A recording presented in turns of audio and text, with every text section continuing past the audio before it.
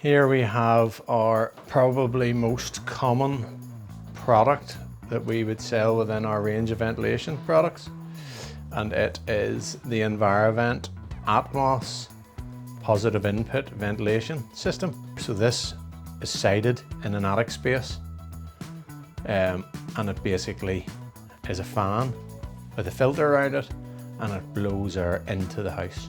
Environment, in my opinion, have the most advanced product on the marketplace. Our filtration system. So this unit goes into an attic space. It's installed using anti-vibration pads underneath the feet. But as I'm sure you will agree, if you can hear the noise on and off, it's extremely quiet in operation. That's it on its lowest setting, so you can hear that there's nothing too objectionable as far as noise is concerned. So the air is drawn through 3 sides of the machine. So around those 3 sides we have a wraparound G4 filter. So it's made up to sort of gather any dust or whatever, so that any airborne contaminants don't enter the house. This filter should be changed every 3 to 5 years to attain optimum performance. There is the motor in behind the filter. So you can see it's high-grade steel motor made by a company in Spain, S&P, who are a worldwide leading fan manufacturer. So the motor is made to the highest standard. There's sensors in the back of the unit and the front of the unit, and they work on different bases that I'll tell you about in a minute. So the air comes in through the filter, sent across the motor, and then diffused into the house. So you have a 200mm spigot at the front of the unit. You have your flexible duct that is pulled taut and then diffused into the house using the 200mm diffuser.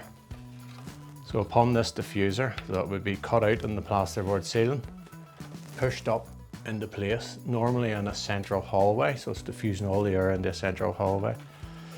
If it's a narrow hallway, then we can use blanking plates within it. You can take them out, you can use 2, and it can deflect the air a certain direction.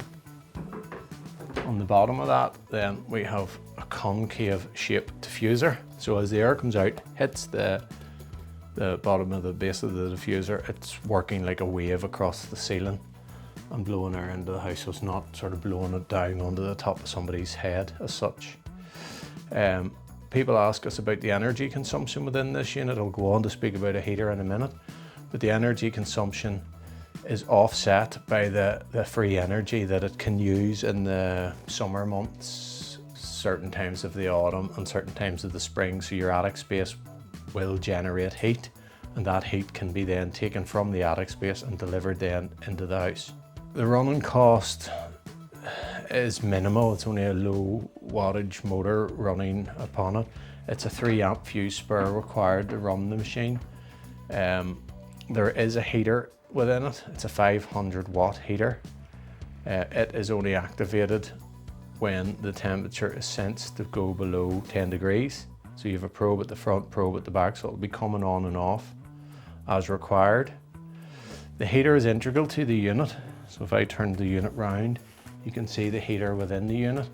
It's like an element sitting across the impeller, and it only comes on as and when required and pulses on and off. So it's very energy efficient means of running a PIV and the heater within it.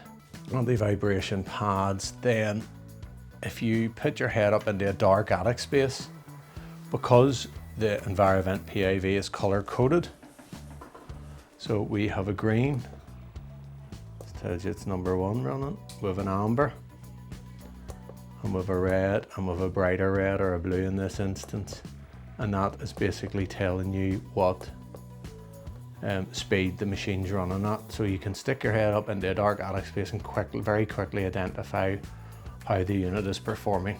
And basically that is everything you need to know about the Environment Positive Input Ventilation System.